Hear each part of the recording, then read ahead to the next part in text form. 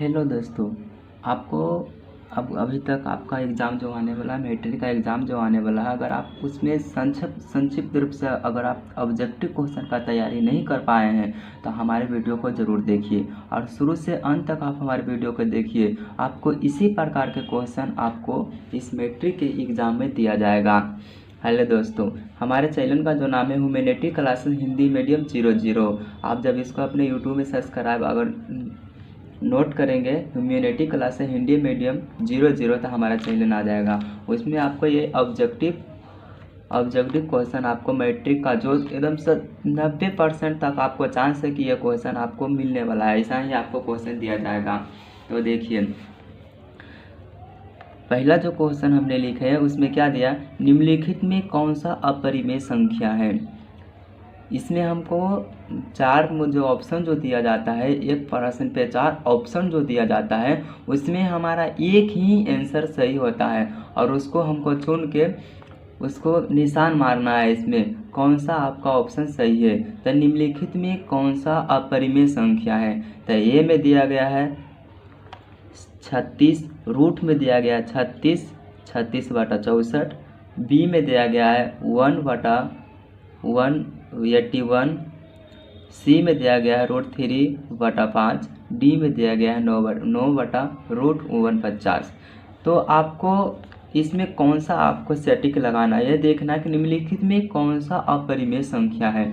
तो यहाँ देख रहे हैं ये रूट में से निकालेंगे तो परिमेय संख्या बनेगा, ये भी रूट में से निकलेगा तो परिमेय संख्या बनेगा। पर ये √3/5 जो है ये एक अपरिमेय संख्या है। ये √3 को हम नहीं निकाल पाएंगे, √5 को भी नहीं निकाल पाएंगे। तो इसमें हमारे आंसर पहला का क्या आएगा, सी आएगा। ये हमारा आंसर सी आया। √3/5 एक अपरिमेय संख्या है। दूसरा में देखे चलते हैं, दो संख्याओं का गुणनफल। अभी देखिए, दो संख्याओं का गुणनफल क्या होता है, HCF प्लस LCM होता है, HCF गुने LCM होता है, सी में दिया गया है HCF माइनस LCM होता है, ये डी में दिया गया है HCF भागे LCM होता है। तो दो संख्याओं का गुणनफल क्या होता है। तो आइए हम एक रफ कॉपी पे चेक करके दिखाते हैं। जैसे दो संख्या लेते हैं हम, एक 6 ले लेते हैं और एक 8 ले लेते हैं। ये 6 ले लिए, 8 ले लिए। अब ये दो संख्याओं का गुणनफल गुना कर देंगे तो कितना आएगा, 48 आएगा। इसका गुणनफल 48 आया। तभी कह रहा हूँ कि इसका LCM भी निकाल के देखना और इसका HCF भी निकाल के देखना है। तो 6 और 8 के LCM कितना आएगा, 6 और 8 का LCM 3 4 4 3 12, 12 दूनी 24 आया। इसका LCM कितना आया, 24। और इसका HCF कितना आएगा, तो 6 से हम HCF निकालेंगे 8 में, तो 1 6 2, 6 से भागा देंगे 3 बार का 6 कट गया। इसका HCF आया 2। अभी ये 24 आया, एक HCF कितना आपका LCM आया, LCM बराबर आया 24 और HCF बराबर आया आपका 2। तो ये दोनों की संख्याएं 48 हमको लाना है। तो क्या करेंगे, तो जोड़ भी करते हैं तो 26 आएगा, घटाव भी करते हैं तो नहीं आता, भाग भी देते नहीं है, लेकिन गुना करेंगे तो हमको 48 प्राप्त होगा। इसका क्या अर्थ हुआ, HCF गुने LCM, मतलब दो संख्याओं का गुणनफल क्या होता है सैदब, HCF गुने LCM। तो इसमें देखेंगे हम, तो इसमें बी में आंसर जो दिया गया HCF गुने LCM, दो संख्याओं का गुणनफल क्या होता है, HCF गुने LCM। तो इसमें 2 का आंसर आएगा। तीसरा देते हैं, क्या सभी वास्तविक संख्याएं एक परिमेय संख्या है। आपको 3 नंबर प्रश्न में पूछा जाएगा, क्या सभी वास्तविक संख्याएं एक परिमेय संख्या है। तो जी नहीं, इसका नहीं आंसर आएगा। अब इसका नहीं क्यों नहीं आएगा, तो वास्तविक संख्या को 2 भाग में बांटा गया है, एक परिमेय संख्या और एक अपरिमेय संख्या में।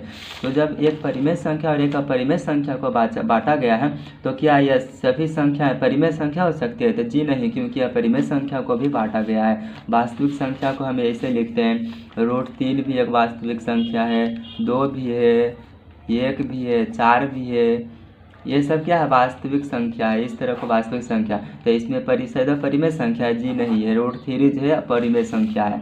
तो क्या इसमें नहीं आंसर आएगा। 4 प्रश्न में दिया गया निम्न में कौन सा अलग है। इसमें हमको देखना है जो चारों ऑप्शन जो आपको दिया गया है उसमें एक अलग है। जैसे 3/5 है, ये भिन्न भी है, पूर्णांक में भी लिखा गया है, भिन्न है और परिमेय संख्या में भी लिखा गया। 16/4 है, ये रूट में है, रूट से निकाल देंगे तो भी ये परिमेय संख्या में ही आएगा। लेकिन √2/5 है, ये 25/4 है, ये भी एक परिमेय संख्या, ये भी परिमेय संख्या, ये भी परिमेय संख्या। लेकिन सी का ऑप्शन जो दिया गया है एक परिमेय संख्या नहीं बल्कि अपरिमेय संख्या दिया गया है। √2/5 है, ये एक अपरिमेय संख्या थे, क्या है निम्न में कौन सा अलग है, तो इसका आंसर आएगा सी, ये अलग है। अभी देखिए 5 प्रश्न नंबर में 2.121 फिर 222 फिर 113 है, फिर 222 मतलब इस संख्या में इस तरह के जब संख्या को हम देखते हैं तो क्या मालूम पड़ रहा है, 2 के बाद 1 है, 1 के बाद 2 है, फिर 2 को 2, 1 2 को है, फिर 3 को है, फिर 4 को है, फिर अभी आएगा तो 5 आएगा। इस तरह से बढ़ती जा रही है अभी 1 की संख्या। इस तरह के संख्या को हम क्या कहते हैं, तो अपरिमेय संख्या कहते हैं। तो इसमें हम देखेंगे अपरिमेय संख्या 4 ऑप्शन में से किस में है, तो सी में है अपरिमेय संख्या, तो हम अपरिमेय संख्या पे टिक लगाएंगे। 6 प्रश्न नंबर है सबसे छोटी अभाज्य संख्या और सबसे छोटी भाज्य संख्या का गुणनफल क्या होता है। सबसे छोटी अभाज्य संख्या क्या होता है, तो सबसे छोटी अभाज्य संख्या जो होता है वो 4 होता है और सबसे छोटी भाज्य संख्या का जो होता है वो 2 होता है। ये दोनों का गुणनफल कितना आएगा, तो 8 आएगा। तो इसमें देखना 8 कौन सा है, तो ए में दिया गया है 10, बी में दिया गया है 6, सी में दिया गया है 8 और डी में दिया गया है 4। तो इसमें सी का आंसर सही आएगा 8। यदि बहुपद x² - 9x प्लस ये का मान गुणनफल 8 है तो इसका शून्य क्या होगा। ये के स्थान पर आपको दिया गया है कि 8 है तो इसका शून्यक निकालना है। तो शून्यक कैसे निकालते हैं, देखिए x² - 9x प्लस ये दे गया है जो a के स्थान पर कितना लिख रहा है 8 दे रहा है, तो x² - 9x प्लस 8 बराबर 0। शून्य जब भी निकालते हैं तो इस प्रकार से शून्य लिखते हैं। अभी x² - 8x प्लस 8 बराबर 0। अभी देखिए -9x को हमने तोड़ दिया, बीच में क्या लिखा -x - 8 बराबर जोड़ देंगे तो -9x ही आएगा। अभी इसको कॉमन ले लेते हैं x, तो x प्लस 1 फिर कॉमन यहाँ ले लेते हैं -8, तो x - 1 माइनस यहाँ माइनस आएगा सब, यहाँ माइनस या 1। अभी इसमें बराबर 0, इसमें कॉमन ले लेते हैं x - 1 बराबर x - 8, इतना बराबर 0। अभी देखिए ये आया कि x - 1 बराबर 0 और x - 8 बराबर 0, तो 0 को पट्टी माइनस रहेगा तो प्लस में आएगा, तो x बराबर आपको आ जाएगा 1,8। अभी x का मान देखेंगे कि 1/8 किस में है, तो ये पहला में आंसर में दिया गया आपको -1, -8 नहीं, बी में दिया गया है 1 - 8, सी में दिया गया है -1 प्लस 8 और डी में दे गया है 1 प्लस 8। तो हमारा आंसर क्या आएगा, डी का आंसर आएगा। अभी 7 प्रश्न नंबर हो गया, अभी 8 के हल करेंगे। तो 8 में आपको दिया गया है x × 2 + 3x में बहुपद का घात है। जो सबसे ज़्यादा पावर में संख्या होती है उसे हम घात कहते हैं। तो सबसे ज़्यादा इसमें क्या आएगा, तो x × x करें 2x आएगा, फिर 3 पर x² इसमें हम गुना करके देखेंगे। तो x × 2 + 3x ये संख्या जो दी गया है बराबर गुना करेंगे तो 2x + 3 दूना 6x²। तो इसमें x² जो आया ये घात है, ये 2 जो है जो घात है, तो 2 आंसर इसका आएगा। ये में दे गया 0, बी में दे गया 1, सी में दे गया है 2, तो इसका सी का आंसर आएगा। अभी देखिए 9 नंबर में द्विघात बहुपदों के शून्यकों की संख्या क्या होती है। तो द्विघात बहुपद के शून्य की संख्या कितना होता है, 2 होता है, इसलिए आंसर इसमें आएगा ये में दे गया है 2, तो 2 आएगा।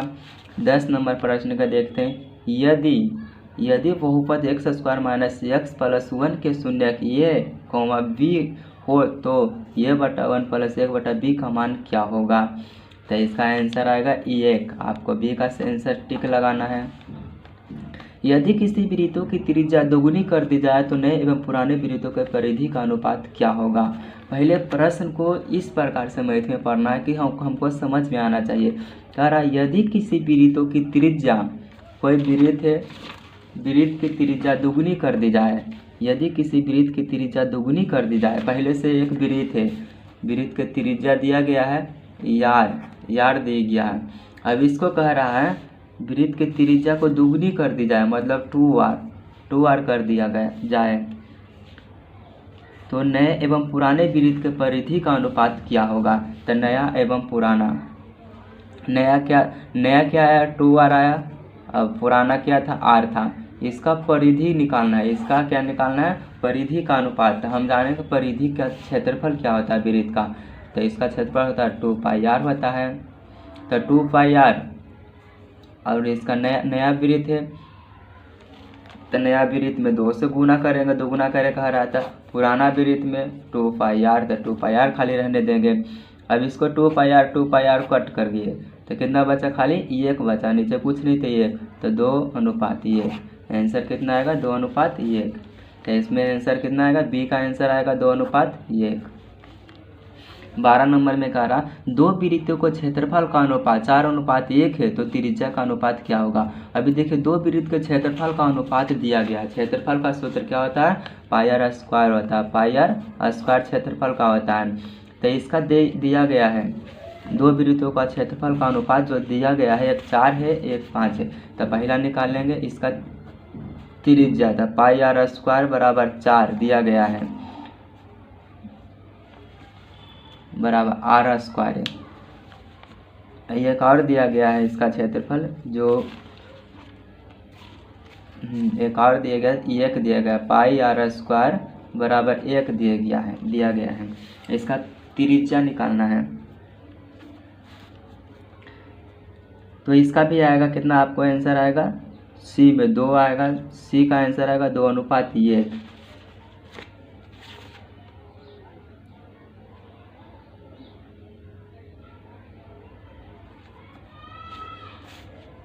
तो आप आंसर लगा दीजिए ये।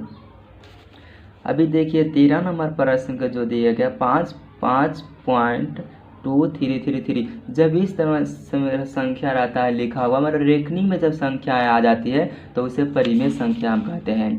तो इसमें आपको आंसर आएगा बी, परिमेय संख्या।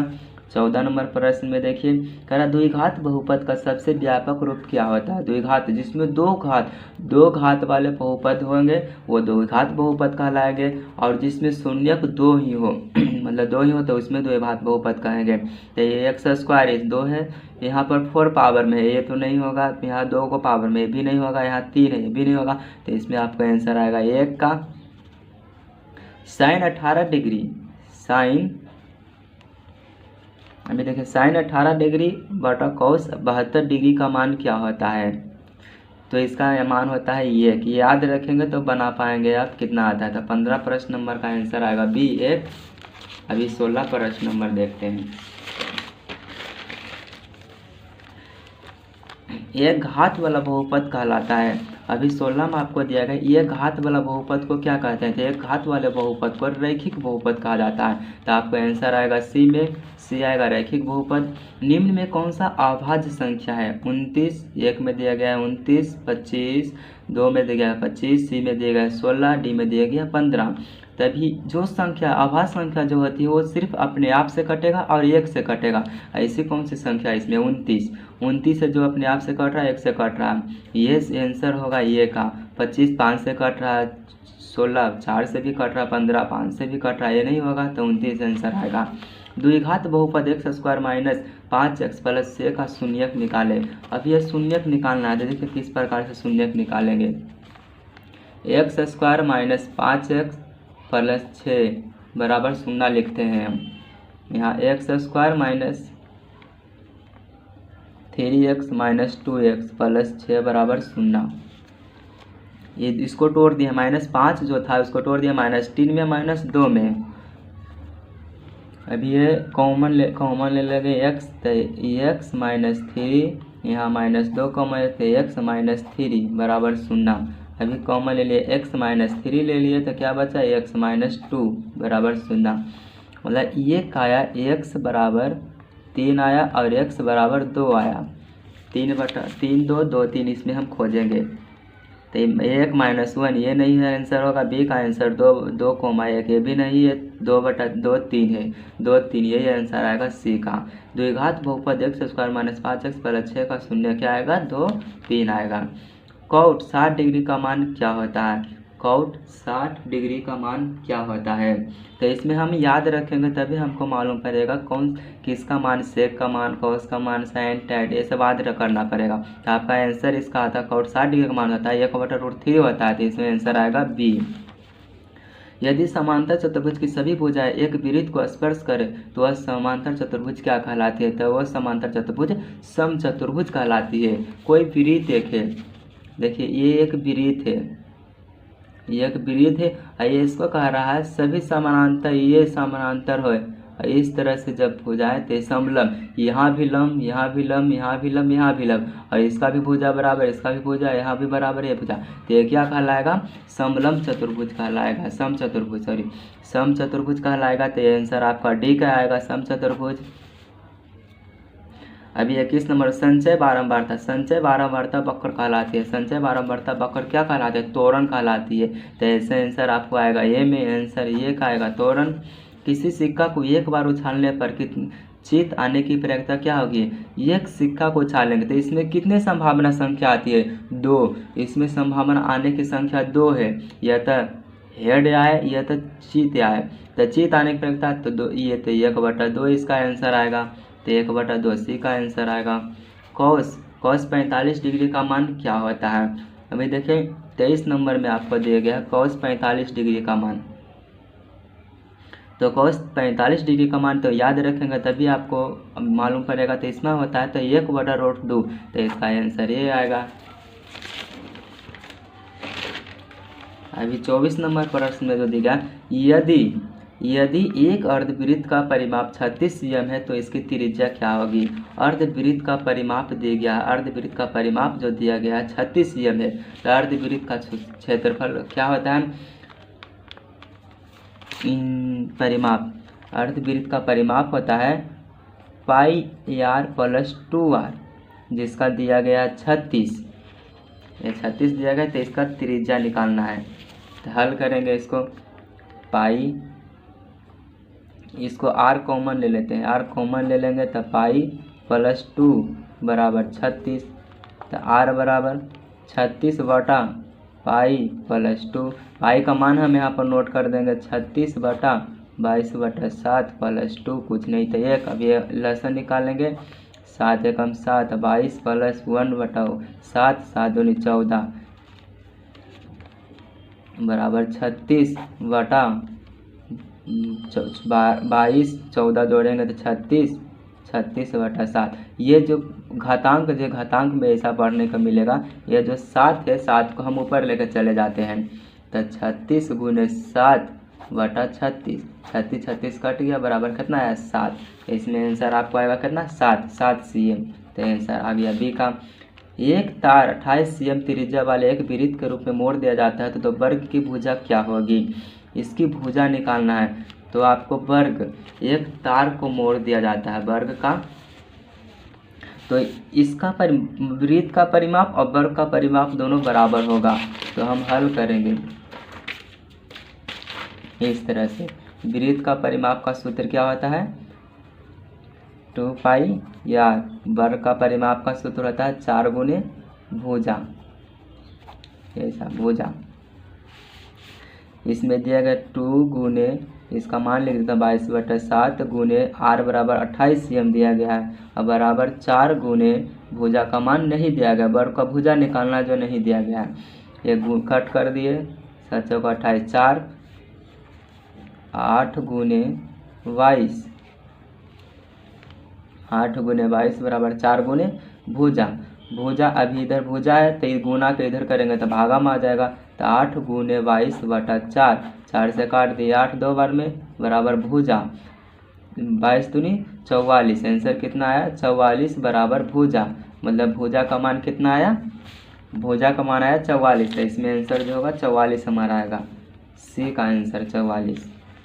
यदि घटना घटित होने की असंभव हो, यदि घटना घटित होने की संभावना असंभव हो तो इसकी प्रयोक्ता क्या होता है? जब घटना घटेगा ही नहीं, असंभव हो, तो उसकी प्रयोक्ता का मान 0 होता है। तो आंसर आएगा सी का आंसर आएगा 0। किसी घटना की सभी प्रयोक्ताओं का योग क्या होता है? किसी भी घटना के सभी प्रयोक्ताओं का योग जो होता है 1 होता है। तो आंसर हमारा 1 में आएगा ये। √5 एक संख्या है, तो √5 एक क्या है? अपरिमेय संख्या है।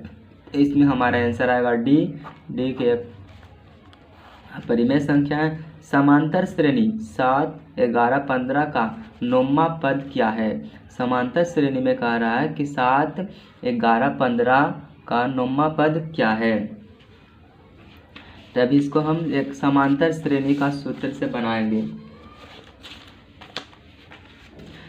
अभी आपको इसमें बता दिया जा रहा है कि आंसर इसका आपको आएगा 43। सी में आपको अगले वीडियो में जो है आपको पूरी जानकारी हर एक प्रश्न को बताया जाएगा। तो सी का आपको आंसर आएगा 43।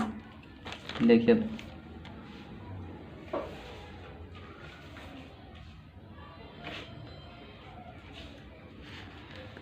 अभी आपका त्रिभुज दिया गया, त्रिभुज ABC में कोण ए बराबर 40 डिग्री, कोण बी बराबर 60 डिग्री हो तो कोण सी का मान क्या है? दिया गया है आपको त्रिभुज ABC में कोण ए बराबर 40 डिग्री, कोण बी बराबर 60 डिग्री हो तो सी का मान क्या होता है? तो हम जानते हैं कि त्रिभुज का मान, एक किसी भी त्रिभुज का मान होता है जो अंतर का कोण जो होता है तीनों 180 डिग्री होता है। 180 डिग्री में दिया गया 40 1 60, 40 प्लस 60 दिया गया बराबर 100 डिग्री।